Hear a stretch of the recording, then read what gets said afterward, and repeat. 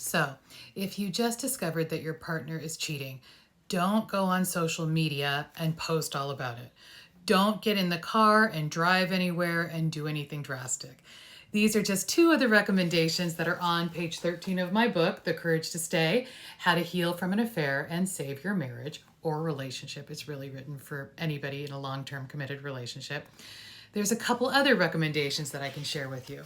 Basically, these recommendations came out of a conversation I had with one of my dearest friends after she discovered her husband had been cheating. And I asked her, if you could go back in time and give yourself any advice, what would you have said to yourself then? And so she said a couple interesting things that I thought were great advice and wanted to share. We talked about don't start posting on social media, because once you do, everybody will know what's going on and they will start weighing in, and that is a lot of pressure on you. Most people will tell you to leave your cheating partner. And that's because most of us think that's what we should do if we're strong, resilient people.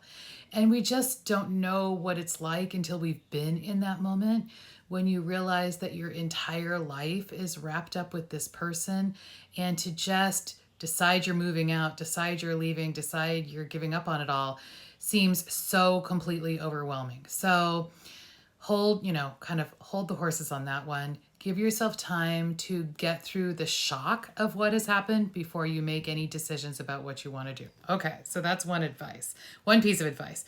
Don't get in the car and drive anywhere, because you're just going to be too upset, and we don't want anything to happen to you.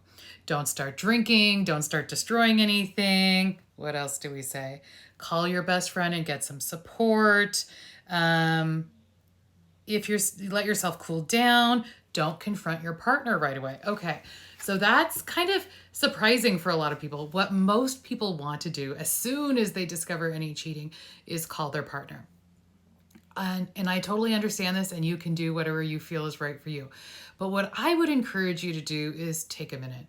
Just really let yourself sit there for a moment and think, okay, what do I want to do? Or do I even want to do anything?